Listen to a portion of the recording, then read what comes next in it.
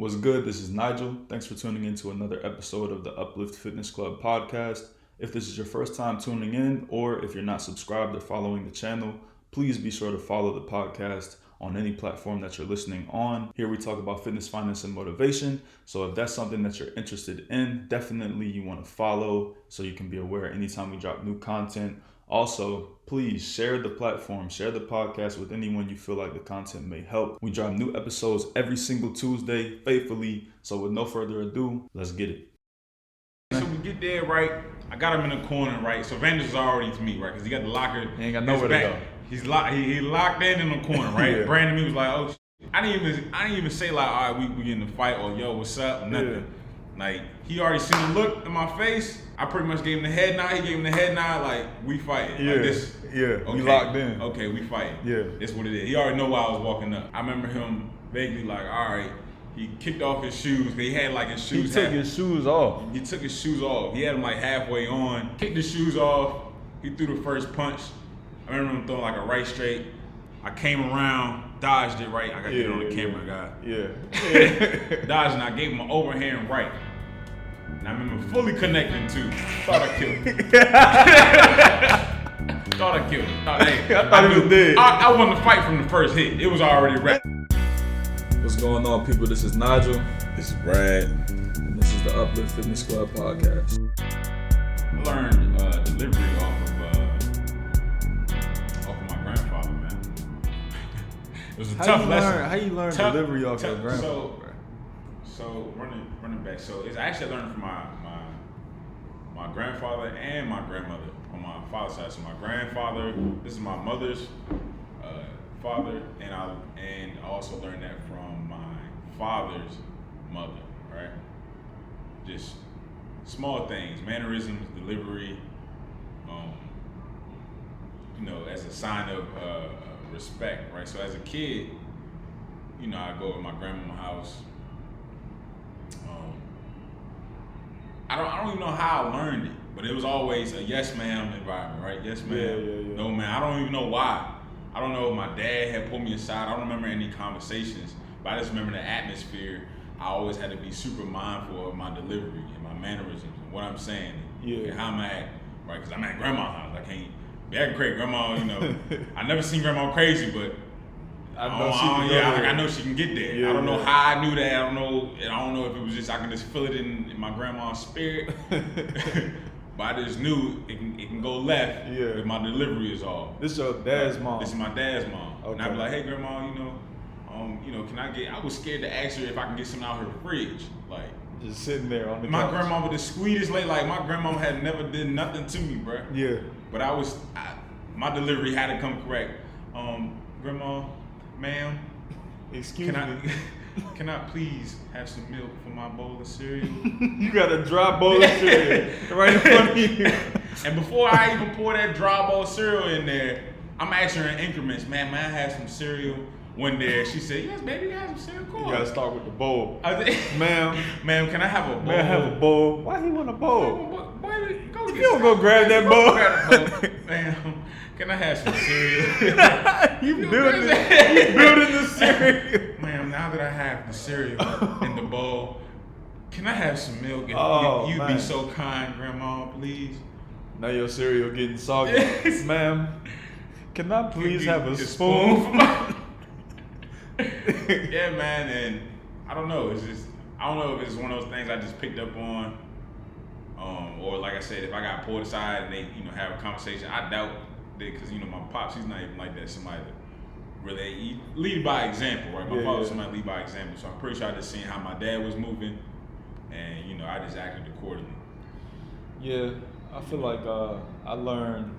But it started with childhood, man. You ain't learned that from childhood, man. Your grandma ain't snatched you up. From error. It was trial and error for me, bro. It was trial and error.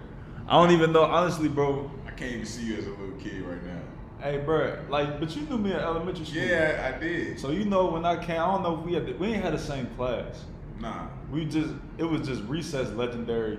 You was a legend at recess. Yeah, we was getting it in. Yeah. So, man, that's crazy, bro. But I remember when I was at my first school at Scotchtown, it was a completely different environment. So I was already a talkative kid. Yeah. And then, you know, the teachers wasn't really like coming down on me for being talkative in class. Mm-hmm. So I, you know, anything come to my mind, I just say it. Mm-hmm. You know what I'm saying? But when I went to Lower Elementary, the home of the down talking 70-year-old teachers, it was like everything was just viewed differently. Yeah. But like in class type stuff, bro, like I was just same thing. I was saying whatever came to my mind, but it wasn't being received the same way. Right. So I want to say like with delivery, it was really I had bad habits that I had to then reverse. I won't even say bad habits, but I had habits. You know what I'm saying? Yeah. And society taught me that you can't really operate like that. But then I would buck against that. So like, I mean, in college, it was still coming up. Because I might have good social skills in like a setting with mad people, but then on a one-to-one, I'm just saying whatever come to my mind. Right. So I had this thought the other day. It was like people can't hear you once you offend them. And that's something I experience all the time, bro. I talked about it like on one of the previous episodes. And I think I told you my cousin. Yeah. I told him he was ass, like when he trying to rap, like I told him, bro, you ass, but like it don't matter. Yeah. Once I said he was ass, bro, and I ain't hear nothing else after I said that. It's just like it's been so many instances like that in my life where I'll say one thing offensive, I'm doing the opposite of what I should do. All right, so if you're struggling with your delivery, you know everybody know the sandwich method, right? You heard of this? Nah. So the sandwich method is like you say one nice thing to disarm a person, and then you say the critique, not necessarily something negative, but you're saying like the positive, what you call it when you constructive criticism. Right. You know what I'm saying? Then you sandwich that in with something else nice. But my whole life, bro, I've been doing the opposite. I'm putting the tomatoes and lettuce on top of the bun. Yeah. You know what I'm saying? Like, yeah. And you know, tomatoes and lettuce and turkey taste good, but it tastes better when it's bread on the outside. So, yeah, man, that sandwich method is huge, and it's something that you really had to practice if you wasn't brought up by doing that. Yeah. So, yeah, bro, damn. So you got to work two times as hard to get someone to understand you after you offend them, right? You ever been in that situation? I was actually trying to think if I've ever been in that situation, or if I ever been on the other end of the spectrum, where you know I felt offended, and now like, nah, I ain't okay. You know, pretty much I'm not listening to nothing you talking about. I'm not supporting anything. I ain't taking no advice from this person. But it had to be, bro. recall It had to be, bro, right that now. you fought in middle school, bro. Which one? Cause I know you know, cause the one y'all was pushing in the lockers in the I don't gym remember class. his name right now. One of them Ante names. But you remember Ante, Demonte. Yeah. One of them. Yeah. You know, everybody had the same name, bro. His name was one of them. It was one of them. But I don't know what he said. What he said to piss you off. So he didn't say anything to push me off. He actually mushed me in my face. He just out of nowhere. So me and you remember this dude named Sydney? Wait, light skin dude, yeah. with the freckles. Yeah, I remember, bro. Me and him was tussling around, just like play we was fighting. just play fighting, Right. And we had bumped into him, and you know, he's big bad wolf. Yeah, he was going through a lot. Right. So he was going through it. He, of course, push him to him, right? He didn't push Sydney, Yeah. whatever, right? And then he done, mush me in my face. But the thing is, he didn't know who he was dealing with. You know. Now, I know you're going through some things, But you shouldn't have. but you shouldn't have done Fucked up, right? No, you fucked up, right? We all going through something, baby. Hey, man. So, and then on top of that, I didn't want to fight, but I did want to fight. But of course, we went to a prestigious middle school where all the the children encouraged fighting. I know you not gonna go like that, son. So, bro, he just mushed you in your face, bro. They were in a great middle school, Bro, right? he just mushed you in your face. Your I'm gonna do reputation it. is on the line. This is conscious mind trying to Yeah. rationalize. Nah, Brad, don't fight. Somebody three niggas right beside. Bro, I know you not gonna go like that, bro. So yeah, You know, I had a lot of voices on my shoulder. Yeah. And ultimately I decided that you standing there. How was you standing there? When you thinking like right before you fought him, how was you standing there? Right before, so he had walked away. Like wasn't nothing gonna happen. Wasn't nothing gonna happen. Right. He mushed me, it's whatever. You know, I'm still top dog in here, right? Nobody would challenge me. Turned his back to you. Turned his back, walked off. Damn. I know it's when I decided to go forward with my decision to go ahead and put my WWE belt on the line.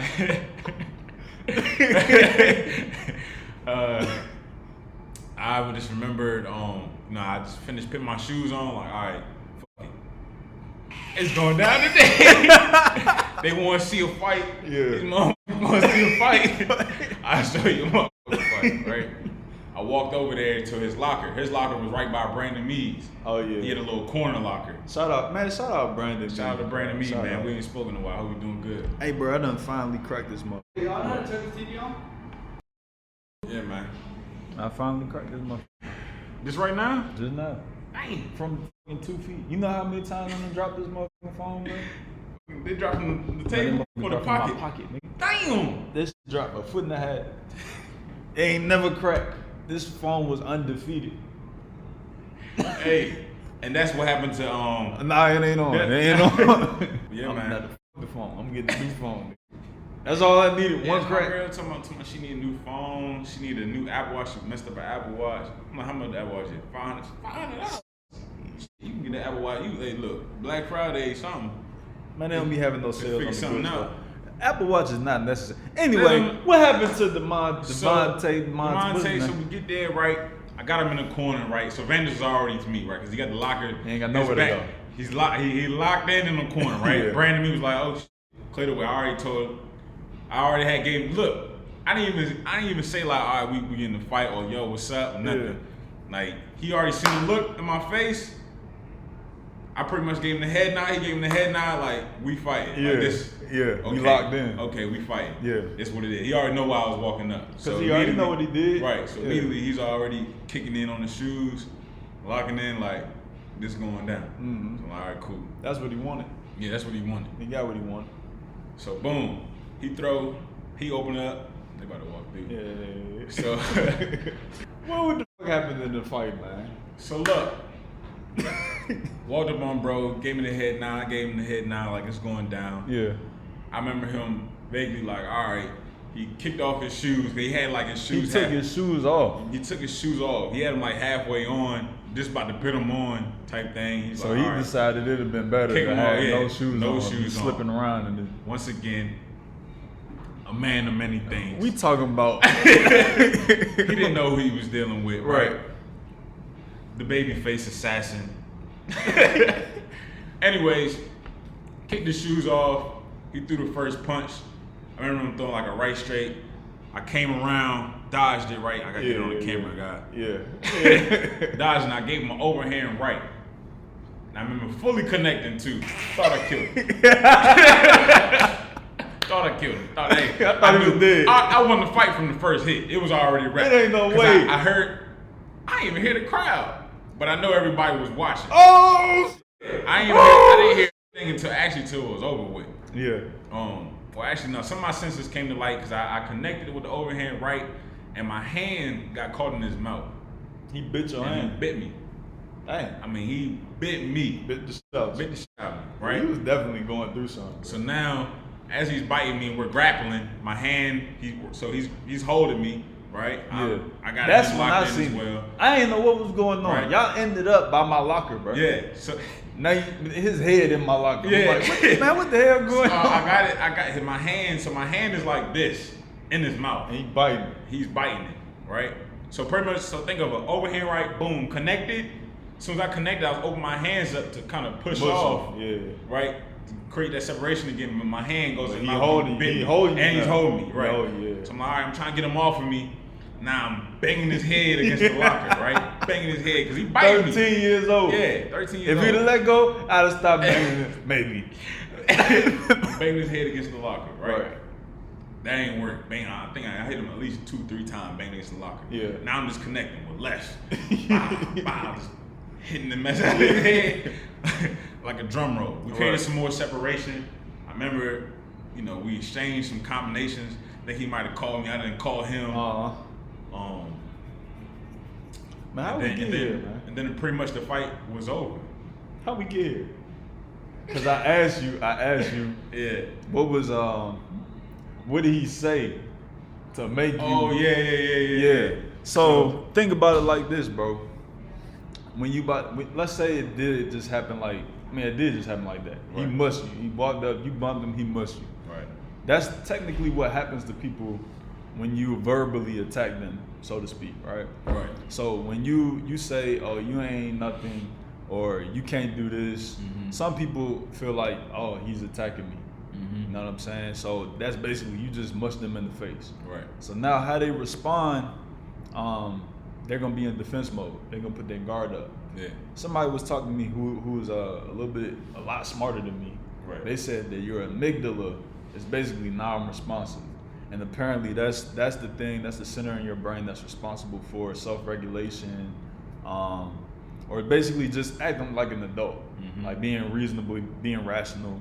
Like you on 10, your adrenaline is up as if you're in a fight. Right. So it's like you gotta come to people basically because you don't know what they've been through and how they respond to, bro that just opened up the door. What'd he say? Oh, he asked me a question about turning the TV on. Then he joked with you and said, I don't know what he said something. Yeah. But if you wasn't you could have took that as a like, oh, he's trying to disrespect me or he's a threat. Right. You know what I'm saying? Some people would. So you gotta really go into something, especially if you're critiquing someone or trying to give somebody constructive criticism. Yeah. With that damn coddling, nurturing, empathetic like ideology, so that they don't put their guard up, because then you could end up fighting, and then you get halfway in the conversation, you don't even know why y'all fighting. Right. Did you why you ain't? I mean, you knew why y'all was fighting. I won that fight, by the way. Yeah, you won that fight. I was there. I was there. Hey man, I know he ain't watching, but hey, man, man. I'll do it again. I told you. I ain't gonna say it again. Hey, you pull up on me now, it's gonna be I don't know if you want to do that, because I just changed my license over. God bless him, man. God bless him. I just changed my license over, and you. Now I remember when he was trying to when the Nico was fighting Kyle. Yeah. He done leaked Kyle whole, because Kyle had that sharp nose. Yeah. He done leaked Kyle nose. Kyle remind me of like Amir Khan, right? He got some decent combinations, right? But he ain't got no power. He gonna lose. Yeah, he ain't got no power. He ain't got no chin. Amir Khan got the noises. Amir Khan what? Amir Khan will give it to like a average Joe walking around. He gonna bruise the shit out your face. But the moment he fights somebody with some power in the chin, what's Canelo? Yeah. Put him to sleep. Yeah, he ain't no chin. What's old boy from Florida with the hairline like this? Hispanic dude, but he be wearing chains, and I forget bro's name, but yeah, people be putting Amir Khan to sleep. Basically, that was Kyle. Kyle was Amir Khan. Nico was getting the better of him. Because Kyle got his back against the wall. He was in the buses. Yeah, and then bro tried to jump in though. Yeah, he tried to jump in. He was like, "It's gonna be part 2 of this one." I was on the bus. I was watching the fight from the bus. Yeah. Then I seen him jump in. I said, oh no! I told everybody, get out the way. Hey. Kyle was my man. You're not about to jump my man. I'm pretty sure Kyle was in the wrong on that one too. I don't know what Kyle did, but I know he wasn't about to get jumped today. Not by him. Yeah. If it was by somebody else, anybody else. Hey, Kyle owe you. To this day. Hey. Kyle owe you. Man, we never even have a comment. Maybe you had to talk about that, see if you remember that, man. But I remember asking him, he was good, like, all right, you straight? Yeah. You know what I'm saying? He was pretty bad. He was pretty but he got that pointy nose, man. That's all it is. Broke. Yeah, that joint was definitely broke. All right, so boom. I'm gonna just go off my experience, bro. Like, it's so many times, if you find yourself having to say to people constantly in conversation, and it's not the same person, Like, I'm not attacking you. You know what I'm saying? I'm trying to understand where you're coming from. Right. I think that's a positive tactic, especially for a person like me who struggles to emote like supportive and empathetic emotions. Yeah. Somebody was just talking to me the other day, like they're not a very like expressive person with their excitement.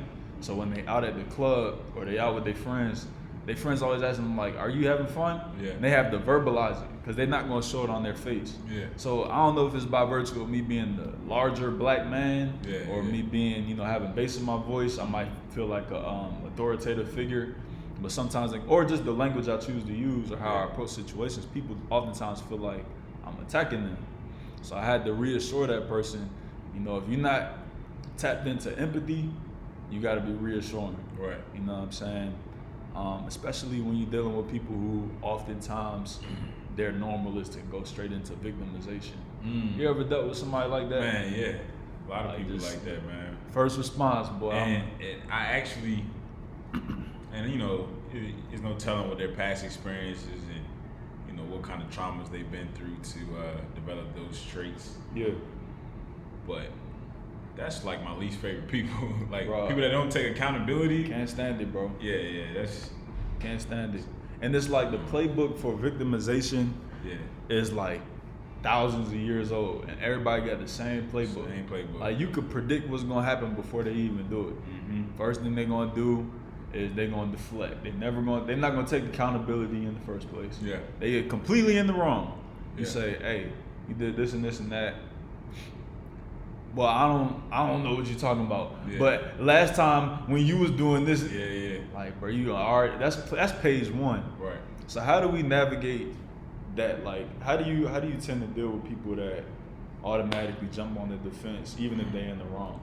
That's tough for me, man, because I'm the type that I just want to deal with you, Same. I'm trying to think of like a scenario where I'm trying to think of something where you actually have to deal with that person on day to day, maybe like in a workplace environment. Yeah. Right, and I think Or maybe even your kid, bro. Could possibly I ain't got kids yet. Yeah, I don't know how it go, but that would definitely be challenging and tough. Yeah. I think the first thing I would do is just to have a sit down, right? I'm gonna collectively, I'll probably write it out. Mhm. Okay, maybe why is this happening? I'm gonna ask, why is this happening? What have they been through? Ask them some questions that kind of dive deeper to the problem. right. Or why the characteristics, or there's always a reason why somebody is like a particular way. Maybe something they watch, maybe something they read, maybe something they've been through. And of course, if it's my child, then obviously I'm probably doing something wrong. Yeah. So I gotta look at what have I done, and try to correct that, whatever habits I may have that's causing my child to act out like that. I was talking to the same lady that was smarter than me on the phone on this. She's an expert. It's called diversity, equity, and inclusion. Mm-hmm. And we had a situation at my future workplace. Mm-hmm. Somebody's wilding. I'm gonna tell you about it, but I ain't gonna bring it on here, right? Yeah. But she was just saying, like, I know your first response is to get mad because this person's being inconsiderate, but it's like, it's a reason why they said what they said. It's a lack of understanding. You know what I'm saying? That's pretty much where all disagreements come from. Yeah. Is a lack of understanding. Uh-huh. We don't see this thing the same way. You think the table brown, I think it's red. Right. You know what I'm saying? We ain't never gonna come to an understanding unless we can agree on something, even if it's we agree to just respect each other. Right. So she was saying, like, find out why a person is thinking the way they do, what they've been through, find common ground, show empathy and understanding to that person, which basically just means like, I find something you can identify with. Maybe you felt similarly to them. I don't know. I'm not going to be able to think of an example right now, but you already know. You know what I'm saying? Just find something in common with that person, even if it's not related to the situation. Then she was saying, a lot of times people can't rationalize when they feel like they're being attacked. Mm-hmm. So you have to take it to an example outside of what y'all are going through. Mm-hmm. So let's say you having a disagreement with your child or with your girl at the workplace. Yeah. And this person think outright you just disrespected them. You might have to take a moment and think about, like, how can I make this applicable to them in a way that is completely separate from that situation? Mm-hmm. You know, so you might have to provide like historical context. Might have to give a personal example. Mm-hmm. Might have to take time away and think and really try to. You know what I'm saying, if this is a relationship you care about, Right. you had to really search. You know what I'm saying? But if it ain't, anybody got time for that? Yeah, bro. I really got no patience. I don't have a lot of patience for people who victimize themselves. Nah. But I think I've been in actually, you know, a relationship that was like that. Yeah. One person, you know, did a lot of that. yeah, I don't think I've been in that. Yeah. I have relationships like that. Yeah. But not. Yeah, I was in an actual relationship Yeah. with a partner, and they demonstrated a lot of that. Sorry to hear that, man. Yeah. And you know what? I think I seen a little bit of that. Yeah. Or you know, I just be seeing shit I don't like, but I can't say nothing. Yeah. As long as you with the person, I ain't seen nothing I ain't like from your current situation. Right. So just put that out there. Yeah. But you know, hey, people gotta come to shit on their own time. Yeah. But it was one thing. Let me cut this. Man, I went through a lot. Yeah. Anyway. It sounds familiar though. It sounds familiar. But y'all was probably going through that shit all the time. Yeah, and then I had normalized it, and I do remember being stressed at the fact that like, When you say normalize it, how did let's take it out of that. Right. How do you normalize that cycle of victimization? So I accepted that, okay, this is how this person is, right? But it's okay. I'm her or that person's coping mechanism, right? I'm that person that can help. I'm the person that walk her through it. Yeah, I can help this person get through that. To what end though? Were you thinking that you could change it? Thinking that, right, and I'm not necessarily even thinking that I can change it. I just thought that eventually she'll realize, right, or that person will realize that they're good. Like, okay, I don't even need to do all that extra stuff no more. You know, I know I've been through this before. Right. I've learned from it. There's no need for me to be upset, or there's no need for me to, you know, victimize myself. Right. I just feel like I met somebody that victimized themselves and then stopped.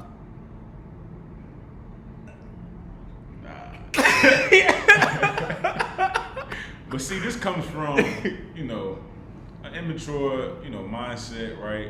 I don't have much information, you know, on life. On how to get through it. Right, on life, right? You talking about young relationships, yeah. right? You know, there's not, you're learning a lot. You're learning a lot. You're going through a lot. I wish I was more decisive though with not picking, right? Like saying, I'm not going through this. Right. I love you, but I'm not going through this. We're gonna have to And just shutting shutting it down early. Yeah, Because talking to person, man, it's a subtle balance. But I don't know if talking to person, I don't know, bro. Like, you know what I'm saying? Like, you're reinforcing it in a way. Mm-hmm. But I don't know what the best way to handle this. Cause we gonna have to deal with this at some point. Yeah. I really don't know, bro. It's like skills that I don't even have. Yeah, man. It's But I don't think I ever met nobody that victimized themselves. It takes them working on themselves. It definitely takes them working, and that's one of the things I always seen. You know, in the past relationship, I could see the better version of that person. Like, okay, eventually this will end. This will pass. Like, this will pass. We're gonna grow through it, right? And we're gonna get better, right? Okay, you know, this situation that went through, right? And I haven't failed. I'm not dead. There's no need for me to act, you know, this way. For me to act out. So, Yeah. So no need, you know, to victimize myself anymore. I've seen that, you know, it doesn't work. It's pointless. Added stress, right? Added stress to your life. But nah, man. Some people stay in that same cycle, right? Get right. Some people stay in that same cycle. And we've been through many cycles.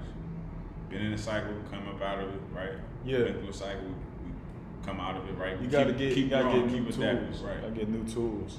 So it's never stay the same. Our years from, you know, high school, from us sitting down, working out, trying to figure out what we're gonna do with our life, you know, fresh out of high school, Yeah. to, you know, where we at today is very, very different. and still trying to grow, still trying to be better, still trying to, So what you're saying is it's hope for you. It's hope. If you've been a victim, you don't have to stay a victim. Right. It's hope. That person just they have to want it. But as a person that's, we got to keep it within the context of like how you approach it. Yeah. Because I definitely don't think that I victimize myself. Mm-hmm. You know what I'm saying? I try to be as fair as possible. Mm-hmm. You know what I'm saying? I'm not perfect. I done been through situations where I wasn't all the way honest in that situation with myself or with this person. Yeah, it's been times I ain't really been as honest or as fair as I could be, but I tried to be fair. Yeah. But in communicating with people that have victimized themselves in the past, you gotta be looking at it from a perspective of like, I'd rather not have to apologize to this person. Right. You know what I'm saying? Sometimes you gotta tiptoe with people. And Kwame Brown talked about this, bro. It's to go along, get along. Yeah. You heard him say that? Nah. I don't know. He got a saying, man. Kwame Brown he good at this. Yeah. I don't know what he been working on. I don't know what training. He just, you know what it is? He talk like your uncle. Yeah. Your uncle that ain't. He just talk like, but he got the points though. He know what to do with it. He's like it's almost like Belichick, minus coaching the team. But take all the knowledge that Belichick has, but never be in the Super Bowl Hall, never coached the NFL team, never did. But he know what he's talking about. He know what he's talking about. But he got this phrase called the go along, get along game. And there's certain tools, you know what I'm saying, when you have a job. Sorry, I'm thinking about Belichick like trying to run and catch a pass. Belichick probably has never juked a person, tackled a person. But he know all the fundamentals. I can't see Belichick running a route, bro. But he know what to do. He know exactly what to do. So that's like Uncle. Uncle know what to do. He know what to do. Can't do it. Hey, look, you know what? This is what you want to do. Yeah. This is what you want to do, man. You get you a mutual fund. Yeah. Like it's just when you got something that you have to navigate, you know what I'm saying, workplace, your children, sometimes you have to do things that are not necessarily first nature. Yeah. So you gotta approach that like, it's better to ask for permission than forgiveness. Yeah. Some people flip that. You know what I'm saying? I'm gonna just do whatever I want to do and I'll say sorry if I mess up. Mm-hmm. But with situations where you're dealing with like trauma, dealing with people who automatically jump on the defensive, you really got to ask for permission first before you can even criticize them. Like before you see something you don't like, are you feeling open right now? Would you be open to criticism? Would you be open to suggestion? Yeah. Stuff like that. I think that really helps. I think you gotta know how to identify the type of person you're dealing with. For sure, and that's definitely a skill. Yeah. Communication and knowing, the type of person that you're dealing with, right? Yeah. Like I just said, just growing up, you know who you can joke around with, you know you got to be serious with, you got to know who you got to be, political with. This is why I say, when you're meeting people or it's a new environment, right? It's good to sit back and observe. It's good to sit back and listen. And you can get a pretty good understanding of the person you're dealing with. If you struggle with identifying, who you're dealing with or the type of person you may be talking to, it's best to ask questions and sit back and listen, right? And observe, and you can build your relationship of moving forward off of that. So you're saying, in order to know the type of person that you're talking to, you gotta ask questions. Ask questions. You want to listen. You want to listen more than you speak. Coming into a new environment. It might be difficult to some people. You already know. Yeah, some people can't hold their tongue. Yeah, some people can. My advice would be, if you do struggle with delivery, right, sit back and listen. Sit back and observe. Sit back and see how people interact with other people, right? And I'll move forward off of that. For sure. Yeah. Yeah, you measured twice. I feel like it's big. I'm just left one of my position here, my latest position. Mm-hmm. I'm getting ready to transition into a new job here soon. And as I was leaving, I didn't realize so much people actually like me at my job. Like, I don't talk that much, right? Yeah. Just about business, and I try to. But when I do talk, it is friendly. I'm open. It's easy to connect with me, right? But I didn't realize. So like on my last day, people were like, "Hey, you ain't even last day." All right, two people bought me lunch on the same day. Like one got lunch, I had to leave, had to go get drinks with somebody else. They like, "Dang, it's your last day. I ain't even know you didn't even say nothing about last." I'm like, I didn't even know we was cool. We were cool like that. I didn't even know y'all mess with me like that. Yeah. But on my way out, everybody, wanted to shake my hand, say good luck. And it goes a long way of observing your surroundings and I want that treating people. I don't even know what to say, because some of the people, like I said, I don't even have a relationship with them. I don't even know how I was treating them. Yeah. But I think that's huge though. Like just knowing, it's like knowing your target. Yeah. To a lesser degree. Yeah. But it's like that's film study, bro. That's film study. That's what separates a good athlete from a great player in the sport. Mm-hmm. Like anybody who could run a 4.3, who could bench 225 a bunch of times, and they watch the game. Like you could play a position, but to dominate in the sport or to dominate in your interactions, you gotta watch tape. That's right. So, I think that's what really, now you gotta be able to also have the skills too. Like you gotta be able to assert yourself. You gotta be able to show empathy. Right. Be able to talk to people, make people feel comfortable. But that first step of just observing, reading the room. There's been plenty of times, bro, I'm fucked up because I just ain't read the room. Yeah. You know what I'm saying? Yeah. You been there. I've been there. Like twice at least. Yeah. Where one in Virginia, where I was like, it was like I was drunk. I wasn't drunk. It was like, nah. I'ma say something. Yeah. He was like, cut it. Yeah. I just wasn't reading the room. You know what I'm saying? All you gotta, and it's easy to see like the warning signs. Somebody's face gonna frown up. Mm-hmm. Somebody gonna stop talking like 3 minutes ago and you ain't realize. Man, I'm so mindful of the room. There's like even certain jokes that I had like, and once I'm done reading the room, like, okay, I'm not even gonna say that and push that because this may offend. When it's up here, you talking about when it's up here, yeah. Like there's certain things I just won't do or say just off of the crowd.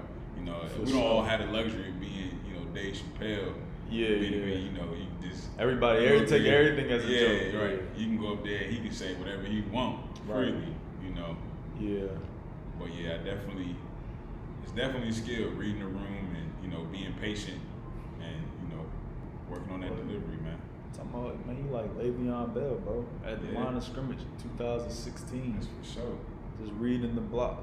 That's for sure. Man, it was so weird leaving, man. Like, I had people coming up to me, like, hey, man, you leave. Like, I'm talking about, we've probably spoken like 3 times. I've been there a year. Like, man, I heard you leaving, man. Yeah. Man, good luck with everything, man. Yeah. Congratulations, and stuff. Man, I know you're gonna do great wherever you're going, man. Yeah. I'm like, it's also one of my first positions though, working with people. I think that's why I was also like shocked, because I'm coming from a background warehouse jobs where I'm working solo. People leave every day, right?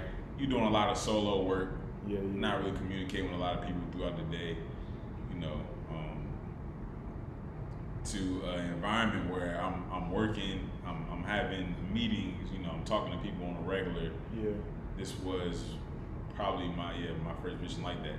Although this is not my, I've been in my career field for a little bit, but even my last place that I was at is a very small team. So leaving was still super brief, no really discussions, no talking about it, no farewells. So man, look, I'm gonna be in charge of treat people good, man. be in charge of leading these kids. Yeah. It's a delicate time Yeah. too. They're gonna be 9 years old. Delicate time. Mm-hmm. Transitional stage in your mind. You really, bro, you remember being 9? Heck, was I doing when I was 9, You man? was playing football at recess. You know what I'm saying? And then waiting till the next recess. Yeah. But like, I really do remember being 9 and like, when I turned 10, something changed. Like I felt like it was a whole different vibe. You know what I'm saying? Being 10 years old, probably hit my growth spurt. I'm like 5'10", 10 years old. Yeah. And it was just like, you can either empower a person or you can stifle a person at that age. Uh-huh.